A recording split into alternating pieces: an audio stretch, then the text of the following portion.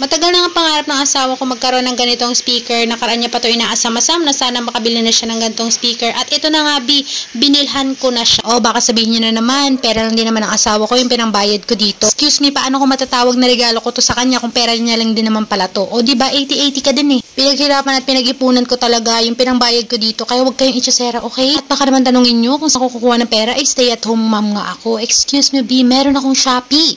Hindi kita tuturuan kasi baka dumami tayo. Cherry. So, ayun na nga, nung araw na yan ay pumunta ako ng Home Along para magtingin-tingin ng sanang speaker na pinapatingnan sa akin ng asawa ko kung baka may magustuhan siya sa para sa pag-uwi niya ay mabili. Bakla sa hindi inaasahang pagkakataon, ayan, may nagustuhan siya at ito pa talagang Sakura, napakamahal niya, Bing. Pero mas mahal ko naman yung asawa ko. Kaya gora lang tayo dyan. Kaiba nga pala ng price tong dalawa na to kasi hindi naman sila set. Ang amplifier, yung regular price na to is nasa 14K siguro. Parang mga ganun. Ito namang speaker nasa 13 to 14K din. And yung microphone naman na may wire, 799 pesos lang niya. Syempre, dahil nabili natin to, sobrang saya ng asawa ko, B. Maipinta ang mukha, basta tuwang-tuwa siya. Syempre naman, pangarap niya to, naibili ko sa kanya, nairegalo ko sa kanya. Sabi ko nga, parang nabudol ako pinatingin-tingin mo lang ako ng speaker, tapos bandang huli ako palang bibili. Tsare.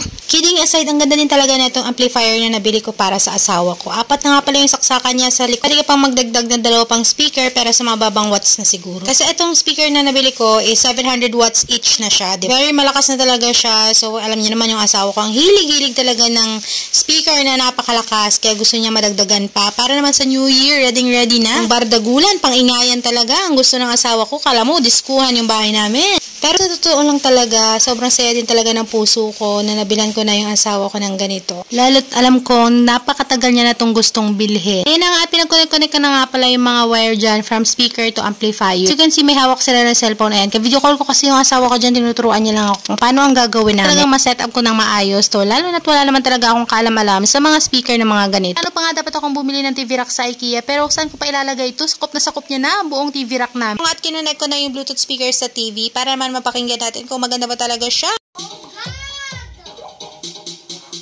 Oh yes, alam ko naman na mukha akong tanga dyan kakasayo-sayo, pero B, masaya lang talaga ako na nabilan ko na yung asawa ko neto. Actually, mahina lang yung patugtog ko dyan mga biha, kasi pag nilakasan ko yan, dagungdong yan, baka magalit yung kapitbahay ko. So ayun, masyadong mahaba to, hanggang dito na lang. Bye!